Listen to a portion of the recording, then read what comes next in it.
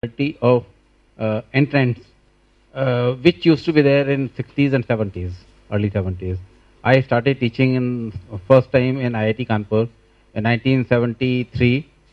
Then I found that the group was so brilliant. They had English as part of the JEE system, and they were not having any coaching at all at that time, and the students were just brilliant.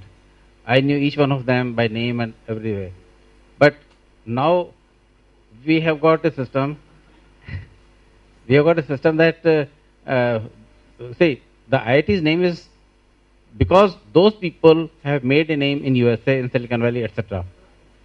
Are this system, one exam or two exam, JEE or not JEE, is going to create that kind of students in the IIT system?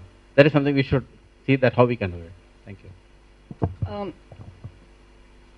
I did one study when I was working at NIPA for the entrance examination to the School of Planning and Management. They had an entrance examination. They gave weightage for the 12th standard marks and also had an aptitude test. I took the subsequent performance of the students and correlated with each one of these items and all the three combined together. And I found that there is a better correlation when all the three items were weighted against the later performance. So single test does not predict the later performance as well as a number of tests that would predict the later performance. So I really would go for not just a single test, but a multiple criteria in selecting students. Okay.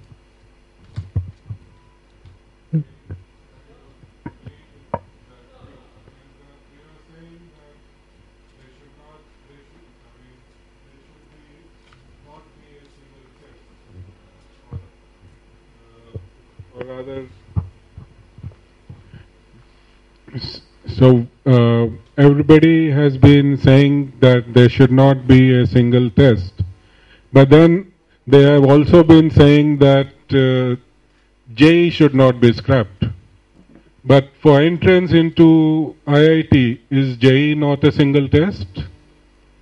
So I frankly feel that definitely there has to be a two-level test, because as we were earlier pointed out, that maybe on a particular day somebody falls sick or whatever, or he loses mark or something, so that's a separate thing. But having just one single test, I would say JEE is also a single test. So you should have some cutoff, a separate exam, and then yes, based on that, classify and have the JEE too. Well, I have a slightly different view. The way I am looking at this is that we are taking a decision of a carrier in a performance in the 30 days time period when my board exams take place, my entrance exams takes place, and everything takes place. Fine. Now, any other system that we try to bring about will have to look at the performance across a longer period. That's one issue. And if we wait for higher secondary, the senior secondary exam results to come in, and then we say we'll call top 10 percentile students, we would have reached May, and then we want to make admissions in July. So the kind of pressures that it may create may become significantly high. I also resonate with Professor Indiresan's thought that can we create a mechanism of identifying high potential people, students, over a period of time, well before the final exam results, and then within quotes, I would say within quotes, create a kind of an invitation to invite them to take JEE. Yeah. Ramesh. See, I think the problem is that there is too much pressure of students applying for limited number of seats. Now the question is that how do we reduce this pressure to get to the core of the problem, which is causing so many to go for coaching, so much pressure on getting specialized training to get into the IITs, etc. I believe to take a corollary to what Yogesh just mentioned, if in school itself we can have a criteria of not allowing students to take up physics, chemistry and maths for the final 3 years of their, for class 10 and class 12, then to a large extent the pressure for getting into engineering would reduce.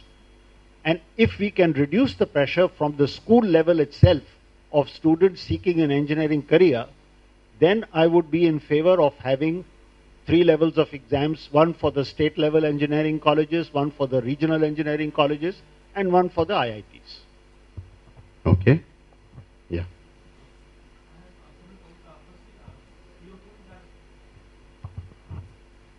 As you mentioned that school system is bad because there's too much pressure because of IITs, then my point is that our school system in commerce and humanities is also not very well. So IITs or JEE cannot be blamed for that.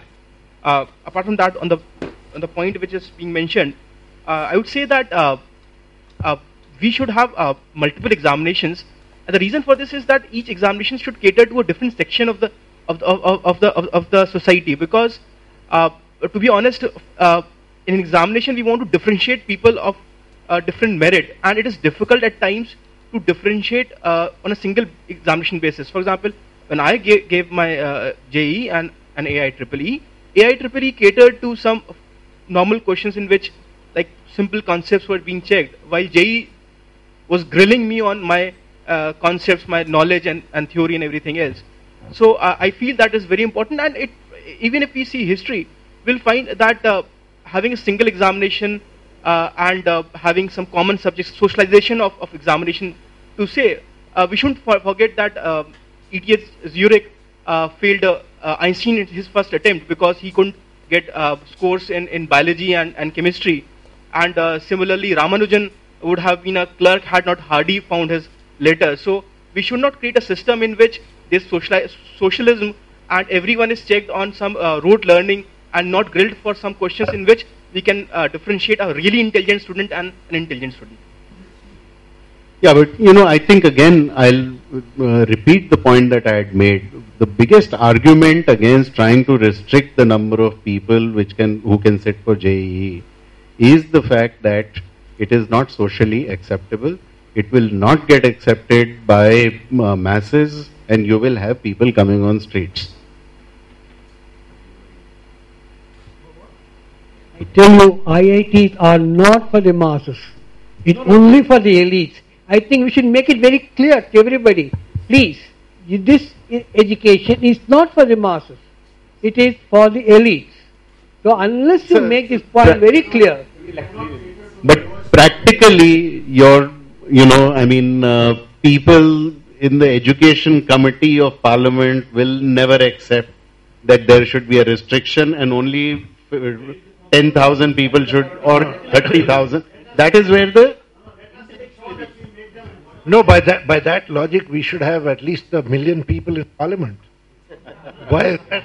Now look, I want to tell you, when I was being interviewed for the post of director of IIT Madras, the first question that was asked from the chairman of the UGC was, are you not worried the IITs have become very elitistic? I said, I am very proud of it. He did not answer. He did not know what to ask afterwards. He did not ask me any other question afterwards. We should be proud that we are an elite institution. Why should they be for the masses? There should be some institution for the elite, some for the masses.